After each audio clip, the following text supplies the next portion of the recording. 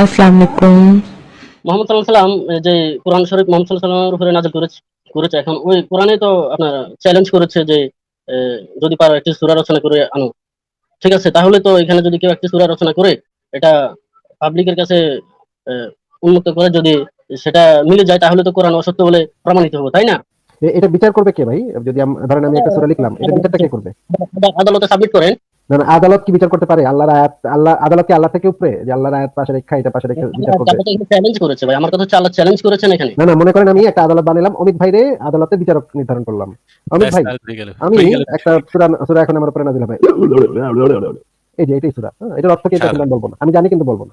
নাকি এটা অসাধারণ ছিল অসাধারণ হচ্ছে না? অবশ্যই কোরআনের অবশ্যই থেকে এটা ভালো হয়েছে না? নিঃসন্দেহে। আচ্ছা অমিত ভাই, কোরআনের 98 নম্বর সূরার 6 নম্বর আয়াতে বলা আছে, যারা ইসলামে বিশ্বাস করবে না, মানে অমুসলিম আহলে কিতাবদের মধ্যে এবং যারা কাফের, তারা হচ্ছে নিকৃষ্টতম জীব। এটা হচ্ছে কোরআনের একটা আয়াত, সূরা 98 নম্বর সূরার 6 নম্বর আয়াত। আমার উপরে এখন একটা আয়াত নাযিল হলো, হে মানব জাতি, পৃথিবীর সকল মানুষ সমান, মানুষে মানুষে কোনো ভেদাভেদ নেই, তোমরা সকল মানুষকে সমান চোখে দেখবে। এখন অমিত ভাই বলেন তো, আমার আমার উপরে যে আয়াত নাযিল হলো সেটা বেটার, নাকি কোরআনের 98 নম্বর সূরার 6 নম্বর আয়াতে যে জিনিসটা বলা আছে, যারা ইসলাম ধর্ম গ্রহণ করবে না তারা হচ্ছে নিকৃষ্টতম জীব, মানে কুত্তা বিলাই থেকেও খারাপ? এই দুইটা আয়াতের মধ্যে কোনটা বেটার বলেন তো অমিত ভাই? আসিফ ভাই অবশ্যই এখানে যাকে জিজ্ঞেস করুন সাহিত্য গুণ কিরকম সেটা মানে সেটা যাই হোক আগেটা পরেরটা সাহিত্য গুণ কি হোক সেটা তো এখানে ব্যাপার না। ব্যাপারটা হচ্ছে তার যে মূল অর্থটা কি সেটা মানুষের জন্য কতটা কাজে লাগছে। অবশ্যই আপনি যে আয়াতটার কথা বললেন বা আপনি আপনার যে বাক্যটা সেই বাক্যটা তার তো অন্তর্নিহিত মর্মার্থ অবশ্যই সেটা অনেক মানে গুণে অনেক অনেক সেটা অনেক বেশি ভালো। আচ্ছা অমিত ভাই, তাহলে সূরা নিসা মানে 4 নম্বর সূরা 34 নম্বর আয়াতে যেটা বলা আছে, আমি তোমাদের নারীদের উপরে পুরুষদের কর্তৃত্ব দান করেছি, এবং তোমরা যদি নারীদের মধ্য থেকে অবাধ্য হওয়ার আশঙ্কা করো, তাহলে তাদের তাদের বিছানা আলাদা করে দাও। তারপরে ব্লা ব্লা ব্লা, তার এরপরের কথাটা বলা আছে, তাদেরকে প্রহার করো, যদি এগুলো তো কাজ না হয় তখন তাদেরকে প্রহার করো। এটা হচ্ছে সূরা নিসা 34 নম্বর আয়াত। তো এটা হচ্ছে আল্লাহ পাক নাযিল করেছেন। তো আমি আপনাকে, আমার কাছে মাত্র কাল্লা পাক বা গাল্লা পাক বা আমি নিজেই একটা আয়াত নাযিল করলাম, সেটা হচ্ছে এরকম, হে মানব জাতি, নারী এবং পুরুষের মধ্যে কেউ কারো উপর কর্তৃত্বশীল না, একজন আরেকজনের পরিপূরক, একজন আরেকজনের প্রতি সম্মান রেখে একজন আরেকজনকে মর্যাদা দিয়ে তোমরা জীবনযাপন করো। তোমাদের স্ত্রী স্ত্রী বা তোমাদের স্বামীরা যদি তোমাদের অবাধ্য হয় বা তোমাদের কথা না শোনে, তাহলে তোমরা তাদেরকে বোঝাও। তারপরে যদি দেখো তাতে কাজ হচ্ছে না, তখন তাদের সাথে সম্পর্ক ছেদ করো, বলো যে তুমি তোমার মতো জীবনযাপন করো, আমি আমার মতো জীবনযাপন করি, তোমার সাথে আমার হচ্ছে না, তোমার সাথে আমার ভালোবাসার সম্পর্কটা আর টিকছে না, বা তোমার সাথে আমার মিলছে না।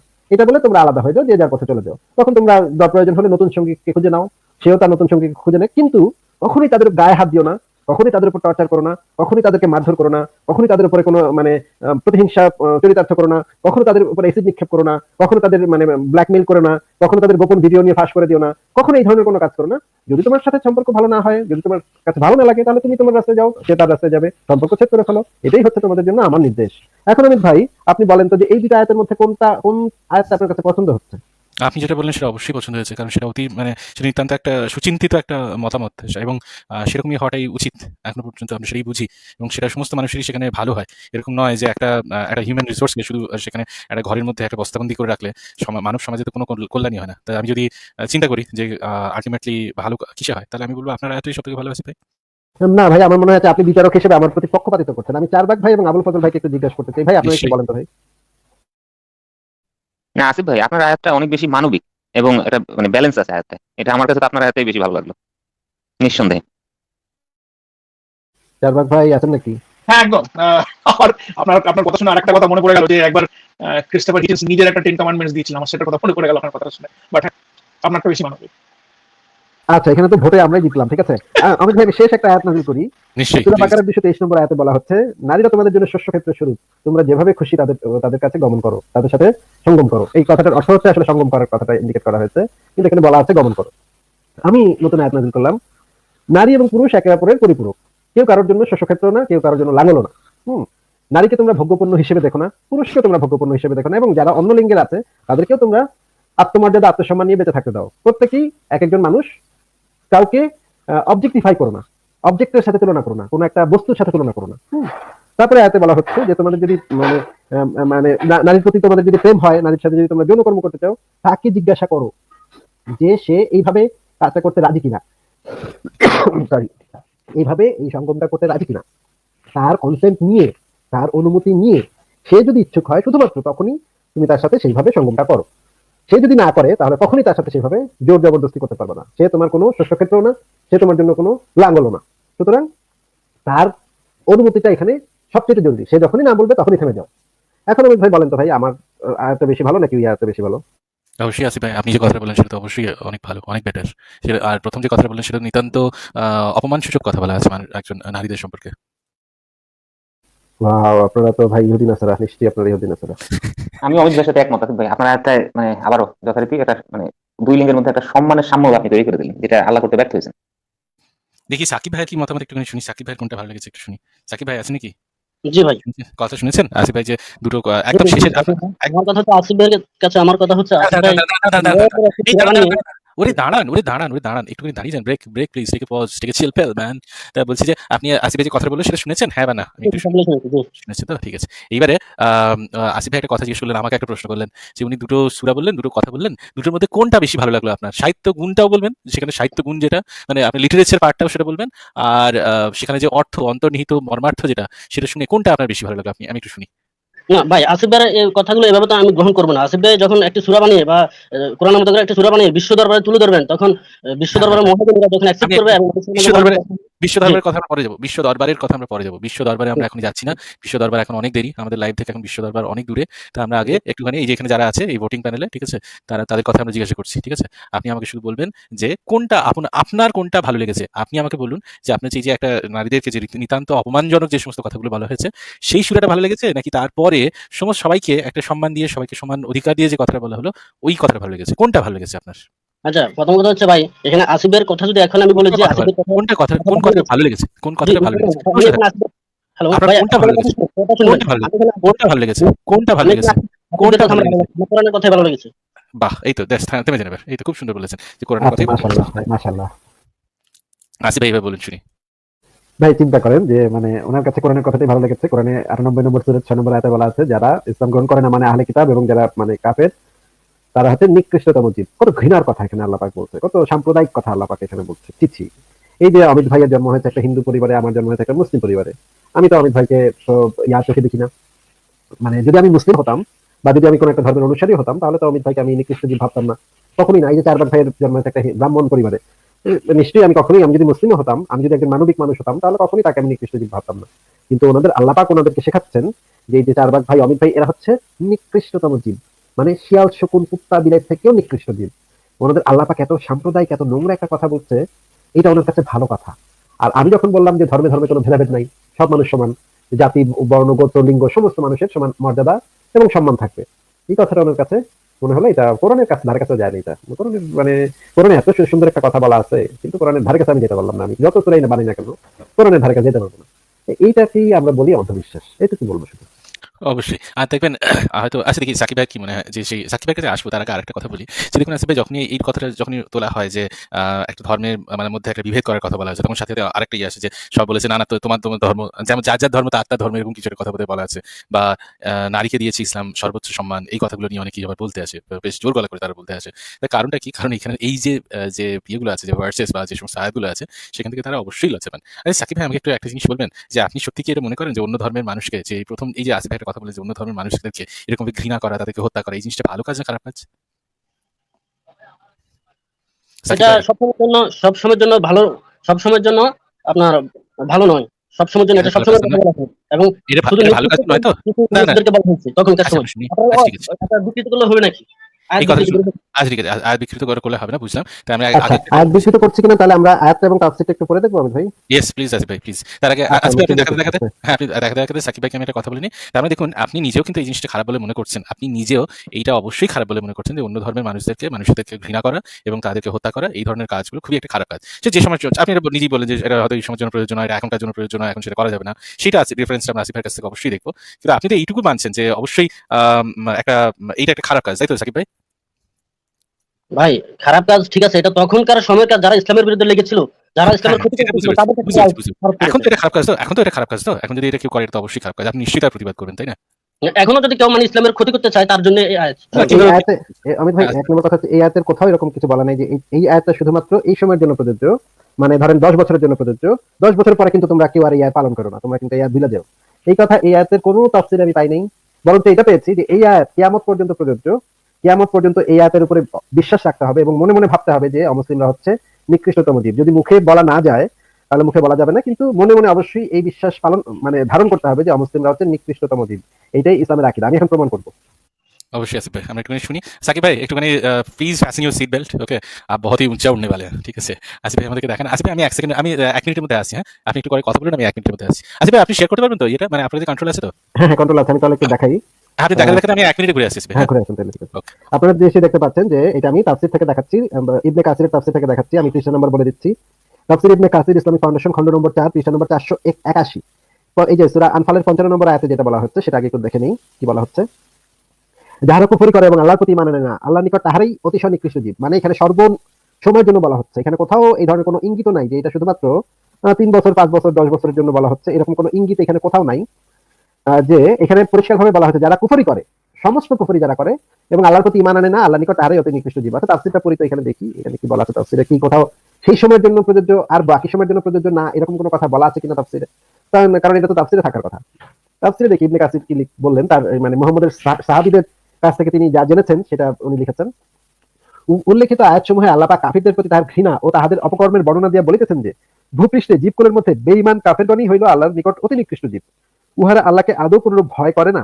তারপরে বলা হচ্ছে তুমি যদি উহাদের যুদ্ধে পরাস্ত করিয়া বিজয় লাভ করিতে পারো তবে কঠোরভাবে বন্দী করিয়া জ্বালা যন্ত্রণা দিবে। এই ব্যাখ্যা প্রদান করেন ইবনে আব্বাস। মানে ইবনে আব্বাস হচ্ছে মুহাম্মদের অত্যন্ত প্রখ্যাত সাহাবী, মানে একদম চাচাতো ভাই। হযরত আলী আর ইবনে আব্বাস এই দুজন হচ্ছে মুহাম্মদের একদম চাচাতো ভাই। এই ইবনে আব্বাস এই ব্যাখ্যাটা প্রদান করলেন যে তুমি যদি তাহাদের যুদ্ধে পরাস্ত করিয়া বিজয় লাভ করিতে পারো তবে কঠোরভাবে বন্দী করিয়া জ্বালা যন্ত্রণা দিবে। হাসান বসরি, জাহাক সুদ্দি, আতাকুর সানি এবং ইবনে উয়াইনা ইহার ব্যাখ্যায় বলেন যুদ্ধে উহাদিগকে পরাস্ত করিতে পারিলে অতি কঠোরভাবে শাস্তি দিবে এবং নির্দয়ভাবে উহাদিগকে হত্যা করিবে, যেন উহাদের ছাড়া আরবের অন্যান্য শত্রুগণ এই শাস্তির কথা শুনিয়া ভীত হয় এবং নসিহত ও শিক্ষা গ্রহণ করে, তাদের মধ্যে লজ্জা ও অনুশোচনার সৃষ্টি হয়। আচ্ছা, এবার আমরা 98 নম্বর সূরার 4 নম্বর আয়াতে তাফসীরটা পড়ি। তাফসীরে জালালাইন থেকে পড়ি। এখানে বলা হচ্ছে নিশ্চয়ই যারা কুফরি করেছে আহলে কিতাবদের মধ্যে হতে এবং মুশরিকগণ জাহান্নামী হবে, তথা তারা চিরকাল থাকবে, এরাই নিকৃষ্টতম জীব। এখানে দেখেন তাফসীরে কি বলা হচ্ছে। তাফসীরে যেটা বলা হচ্ছে আহলে কিতাবগণের মধ্যে হতে যারা কুফরি করেছে এবং যারা মুশরিক তারা চিরকালের জন্য জাহান্নামী হবে, তারা নিকৃষ্টতম জীব। এখানে কুফর অর্থ, এখানে অর্থটা বলে দেওয়া হচ্ছে। এখানে কুফর অর্থ হযরত মুহাম্মদ সাল্লাল্লাহু আলাইহি সাল্লামকে আল্লাহ শেষ নবী হিসেবে মেনে নিতে অস্বীকার করা।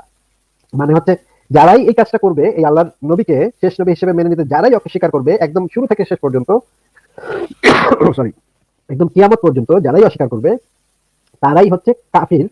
এটাই হচ্ছে কুফরের সংজ্ঞা এখানে এই আয়াতে। তারাই হচ্ছে কাফির, তাদের উদ্দেশ্য করে এটা বলা হয়েছে। নিচে বলা হচ্ছে আল্লাহর সৃষ্টিতে তাদের অপেক্ষা নিকৃষ্ট আর কোনো সৃষ্টি নেই, এমনকি জন্তু জানোয়ার অপেক্ষাও তারা নিকৃষ্ট। এই যে আমি যে কথাটা বললাম যে জন্তু জানোয়ার অপেক্ষাও তারা নিকৃষ্ট, এই কথাটা তাফসীরে জালালাইনের মানে প্রখ্যাত পৃথিবীর সর্বশ্রেষ্ঠ ইসলামিক আলেমদের মধ্যে একজন জালালউদ্দিন সুয়ুতি তার যে লিখিত তাফসীরে জালালাইন, দুইজন জালালাইন একসাথে লিখেছেন। এই যে তাফসীরে জালালাইন, এই তাফসীরে জালালাইনে এটা বলা আছে। এই বইটা বাংলাদেশের বেশিরভাগ মাদ্রাসাতে পাঠ্যপুস্তক। এই বই মুখস্থ করে পাস করতে হয়, মানে পরীক্ষা পাস করতে হয়। তো এখানে কোথাও আমি দেখলাম না যে এটা শুধুমাত্র সেই সময়ের জন্য প্রযোজ্য, বাকি সময়ের জন্য প্রযোজ্য না।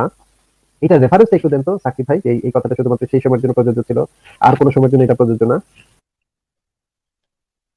ওভার টু সাকিব ভাই। সাকিব ভাই বলুন। জি ভাই, আমরা বিভিন্ন ওয়াজ মাহফিলে আমরা যেভাবে শুনে আসতেছি আমরা সেভাবে না না, ওয়াজ মাহফিলে থক্কুমুল্লাহকে কি বলছে, এটা তো ইসলামের রেফারেন্স না ভাই। ইসলামের রেফারেন্স হচ্ছে কোরআন, হাদিস, তাফসীর, সিরাত, এগুলো হচ্ছে ইসলামের রেফারেন্স। এখন ভাই আপনি একটা কোরআনের কোন একটা আয়াত থেকে বা হাদিস থেকে বা তাফসীর থেকে, অন্ততপক্ষে তাফসীর থেকে আমাকে দেখান যে এই আয়াতটা শুধুমাত্র সেই সময়ের জন্য প্রযোজ্য ছিল, অন্য কোনো সময়ের জন্য এই আয়াত প্রযোজ্য না, এমন একটা রেফারেন্স দেখান। ভাই এখন আপনারা একটা আপনার তাফসীর দেখে আপনি জানেন সিয়াসিতের মধ্যে হাদিসের মধ্যে জাল জয়ীফ হাদিস থাকে, এগুলো না, আমি আপনাকে এখন হাজার হাজার হাদিস দেখাতে পারবো। আপনি আমার কোথায় আসছেন, আপনার কোনো আইডিয়া আছে ভাই? আপনি কার সাথে কথা বলতে আসছেন, আপনার কোনো হুঁশ আছে? ভাই আমি কথা বলতে চাই না। আপনি কি কম ভাই? আপনি মনে করছেন আমি আপনার একটা পাতা দেখাই, একটা বই থেকে একটা পাতা শুধু দেখাতে পারবো, আর কিছু আমি দেখাতে পারবো না? আপনি কই আসছেন, কোনো হুঁশ নাই ভাই আপনার? মানে আপনার মাথা ঠিক আছে? কোথায় আসছেন আপনি? ঠিক আছে হাদিসগুলো দেখাতে দিব তো।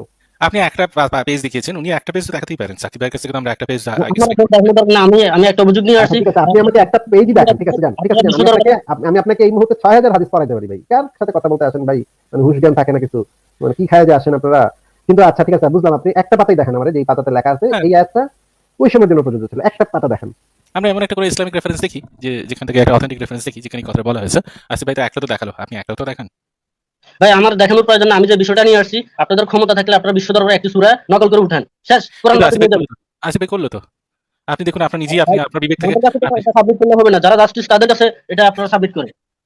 সেটা কে ঠিক করবে? সেই কথাটা আমরা পরে আসছি। তার আগে আসিফ ভাই তো একটা করে দেখালো। আপনি এটা তো সেই আমার কথাটা আমি আপনি আর তো এগ্রি অতিরিক্ত করছেন। অতিরিক্ত আপনি কথা এগ্রি বলতে চাই করছেন। না। আমি এই পয়েন্টে নিয়ে আসছি, এই পয়েন্টে যদি পারেন ক্ষমতা থাকে আপনারা দেখাই দেন। করে দেখালো তো, এই তো দেখালো তো, আসিফ ভাই করে দেখালো তো। আপনি নিজেও আমার স্বীকার তো করলেন সমস্যা যে না, আসিফ ভাই, না আপনি আমার কাছে নিজেও তো এটা স্বীকার কথা করলেন। লাগবে। আমার কথা হচ্ছে আপনারা আপনি বিশ্ব দরবারে তুলে ধরেন। আপনি নিজেও তো স্বীকার করলেন। বিশ্ব দরবারে তো অনেক পরে, বিশ্ব দরবারে তো আসবো। সেই পরে না, সেটা তো আমি পরে। বেশি কথা বিশ্ব বলতে চাই দরবারে না কি ভাই। চলছে সেটা তো আপনি জানেন যদি না তো। ক্ষমতা থাকে, আপনাদের তো এ না, ক্ষমতা নেই ভাই, ক্ষমতা থাকলে এত বিশ্ব লেট দরবারে করেন কেন? বিশ্ব দরবারে কি চলছে আপনি তো জানেন না তো। বিশ্ব দরবারে কি চলছে আপনি জানেন না তো। সেটা সেই আয়াত একবারে কি বলে একবারে আরবিতে লিখেও সেই আয়াত আপনাকে দেখিয়ে দেবে আসিফ ভাই। সেটা নিয়ে চিন্তা করবেন না। কিন্তু ওই ডোজটা আপনার পক্ষে একটু বেশি হয়ে যাবে তো, ওই জন্য আসিফ একটু কম ডোজে একটু শুরু করেছে, বুঝলেন? আচ্ছা, যেরকম ঠিক আছে। অ্যান্টিবায়োটিক আসিফ অমিত ভাই। ভাই, আরেকটা পরীক্ষা নিই ওনাকে। ঠিক আছে। সাকিব ভাই, মনে করেন যে এইটা আমি কোরআন থেকে বলতেছি না, কিন্তু হ্যাঁ, এটা আমি অন্য একটা বই থেকে বলতেছি। ঠিক আছে, আপনি আবার ভাইবেন না যে এটা আমি কোরআন থেকে বলতেছি। অন্য একটা থার্ড পার্টি একটা বইয়েতে লেখা আছে যে তোমরা তোমাদের দাসীদের সাথে সহবাস করো। এটা হচ্ছে ওই থার্ড পার্টি একটা বইতে লেখা। আর আমি সেখানে বললাম যে না না না, দাসীদের সাথে মানে সঙ্গম করা যাবে না। দাসীদের সাথে যদি তোমরা তোমাদের প্রেমের সম্পর্ক হয়, তাদেরকে যদি তোমার ভালো লাগে এবং তাদেরও যদি তোমাকে ভালো লাগে, উভয়ের মানে সম্মতি যদি থাকে, পরস্পরের প্রতি শ্রদ্ধা সম্মান বজায় রেখে তাকে দাসপ্রথা থেকে দাসত্ব থেকে মুক্ত করে দাও প্রথমে। যদি তোমার দাসী থাকে তাহলে তুমি তাকে প্রথমে দাসত্ব থেকে মুক্ত করে দাও। কারণ দাসপ্রথা খুবই নিন্দনীয় একটা কাজ। দাসপ্রথাকে আমি কখনোই সমর্থন আমরা মানুষ কখনো দাসপ্রথাকে সমর্থন করতে পারে না, একজন ভালো মানুষ। তারপরে বলবো যে তারপরে সে যখন একজন স্বাধীন মানুষ হয়ে যাবে তখন তাকে প্রস্তাব দাও। সে যদি তোমার প্রস্তাব অ্যাকসেপ্ট করে তাহলে তার সাথে প্রেম করো, তার সাথে ভালোবাসা করো, তার সাথে সংসার করো, তার সাথে বিয়ে করো, যা ইচ্ছা করো, কিন্তু তার সম্মতি নিয়ে। এই দুইটা কথার ভিতরে কোন কথাটা আপনার কাছে মনে হচ্ছে যে মানবিক কথা, ভালো কথা? একটা থার্ড পার্টি বই, এটা কিন্তু কোরআনের কথা কিন্তু আমি এখন বলি নাই ভাই, হ্যাঁ। এটা হচ্ছে একটা থার্ড পার্টি বই। থার্ড পার্টি বইতে লেখা আছে তোমরা দাসীদের সাথে সঙ্গম করতে পারো, দাসীদের সাথে চাইলেই তোমরা সঙ্গম করতে পারো। এটা কিন্তু আমি আবার বলে দিচ্ছি, কোরআনে কিন্তু এটা লেখা নেই ভাই, আমি কিন্তু একটা থার্ড পার্টি বইয়ের কথা বলতেছি। সেই বইতে এটা লেখা, আর আমি বলছি এই বাকি কথাগুলো, পরের কথাগুলো। এই দুইটা কথার ভিতরে কোনটা আপনার কাছে মনে হচ্ছে মানবিক কথা বলেন তো, ভালো কথা? বেশি গ্রহণযোগ্য সাকিব ভাই। প্রথমটা ধরুন ভাই বেদে আছে, প্রথম ইয়েটা ধরুন বেদ বেদ বেদ বেদ হিন্দুদের ধর্মের যে বেদ সেখানে আছে, আর একটা আসিফ ভাই সেটা বললো। এবারে আপনি বলুন কোনটা কোনটা আপনার ভালো লেগেছে। ইসলামের যে বিষয়গুলো দাস ভাই দাসী ভাই ভাই, এগুলো ইসলামে আমি যাই নাই, ইসলামে ইসলামে যায়নি। আমরা কেউ ইসলামে যাই নাই। এভাবে ভাই আলোচনা ইসলামকে করেন আমি না। চাইনি না, ইসলামকে এখন চাইনি না। বেদে লেখা আছে এটা, মনে করেন বেদে লেখা। হ্যাঁ, বেদে লেখা থাকতেও পারে, কারণ হিন্দু ধর্মের সেই দাসদাসী ছিল। ইয়ে যে জুজুৎসু বলে একটা ছেলে ছিল, সেটা দাসীর গর্ভে জন্ম হয়েছিল ধৃতরাষ্ট্রের। হ্যাঁ, দাসদাসী ব্যাপারটা হিন্দু ধর্মের ছিল, ধরুন। হ্যাঁ, হিন্দু ধর্মই বলেছে। তাহলে এবার জানেন ইসলামের আগ থেকে দাস দাসীর কথা চালু আছে। ভাই ভাই, বুঝতে ভালো হয়েছে, বেচারা বুঝতে ভালো হয়েছে, এটা যে কোরআনের কথা বুঝতে ভালো হয়েছে, বুঝছেন? আমি খালি ইসলাম কান্দ চিন্তা করেন, সে বুঝতে পারছে, বুঝতে পারছে। এরকম নোংরা কথা তো কোরআনই লেখা থাকতে পারে। সাকিব ভাই, আপনি এটা কোরআন বাদ দিয়ে ইসলাম বাদ দিয়ে আপনি একটু বিচার করুন, হ্যাঁ। কোরআন বাদ না, দাস না, দাসীর এখন তো কথা তারা বোঝাতে পারবেন না ভাই, সে তো বুঝে ফেলছে। এইরকম নোংরা জঘন্য কথা যে কোরআনেই একমাত্র লেখা থাকতে, কোরআনেই মানে অন্য ধর্মগ্রন্থে লেখা আছে অবশ্যই, কিন্তু কোরআনে উনি দেখেন, এই যে চোরের মনে পুলিশ পুলিশ, উনি কিন্তু বুঝছে ঠিকই আমার কোরআনে এই নোংরা কথাটা আমার কোরআনেই লেখা আছে। আমার কোরআন ছাড়া আর কোন পাগল এই কথা বলবে দাসীর সাথে সেক্স করো? আর কোন পাগল এই কথা বলবে? আমার আমার আল্লাহ এটা বলতে পারে, কত সুন্দর কথা। দেখি সাকিব ভাই কি বেরোতে পেরেছি কোরআন ভাই, থেকে বাইরে। ব্যাপক, সাকিব ভাই, দাস ব্যাপক দাসীর করে দিল কথা ভাই। এটা ইসলামের আগে থেকে ছিল। স্থান কাল পাত্র ভাই, ভাই আমরা অনেক তো কোরআনও আনি নাই, আমরা ইসলামও টানি নাই। আমি আপনাকে বলছিলাম ধরেন বেদে লেখা আছে, আপনি খালি বারবার ইসলাম টানতেছেন কেন? আপনি কি বুঝতে ফেলেছেন? না না, আমি বুঝার বিষয় না। আমাদের না নবী না, ছিল আমি কিন্তু ভাই কোরআনের কথাও বলি নাই, ইসলামের কথা কিছু বলি নাই। আমরা বলতেছিলাম বেদে, মনে করেন এটা বেদে লেখা আছে ভাই। এখন বলেন যে এই দুইটা কম্পেয়ার করলে কোন কথাটাকে ভালো কথা মনে হচ্ছে? সাকিব ভাই বলুন দাস প্লিজ। দাসীর কথা অপছন্দনীয়, এটা আমাদের মোহাম্মদ সাল্লাল্লাহু আলাইহি ওয়াসাল্লাম অপছন্দ করতেন। ভাই, মোহাম্মদ পছন্দ করতেন না অপছন্দ করতেন এটা তো জিজ্ঞেসই করি নাই আমি। আপনি বারবার মোহাম্মদ, আল্লাহ, কোরআন, ইসলাম এগুলো আনতেছেন কেন ভাই? আপনাকে তো একটা জিজ্ঞাসা করি নাই ভাই। আপনাকে জিজ্ঞাসা করেছি এই ধরেন বেদে প্রথম কথাটা লেখা আছে আর দ্বিতীয় কথাটা আমি বলছি, এই দুটো কথার ভিতরে কোন কথাটা ভালো?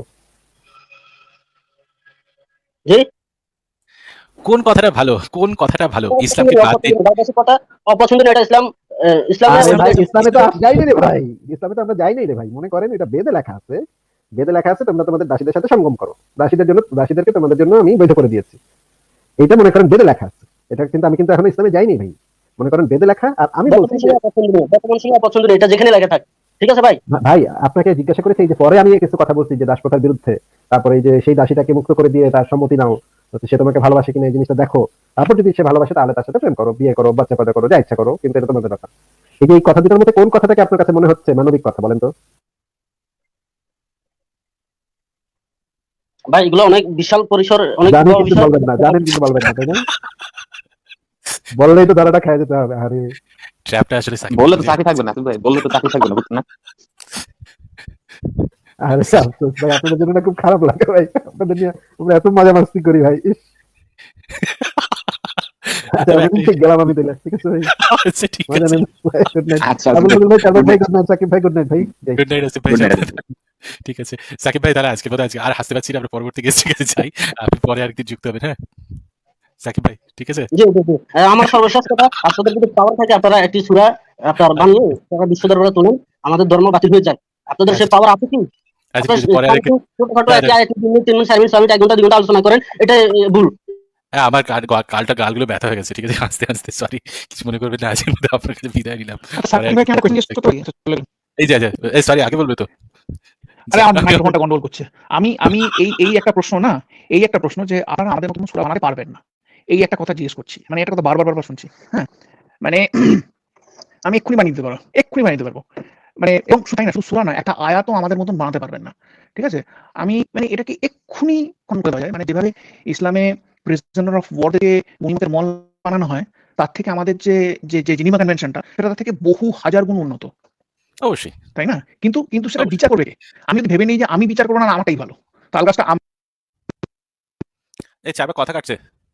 আবুল ফাজল ভাই, কি চারবার কথা শুনতে পাচ্ছেন? না, অমিত ভাই একটু কাটি গেছে এখন। চারক ভাই ব্যাপারটা দেখেন, শোনা যাচ্ছে না।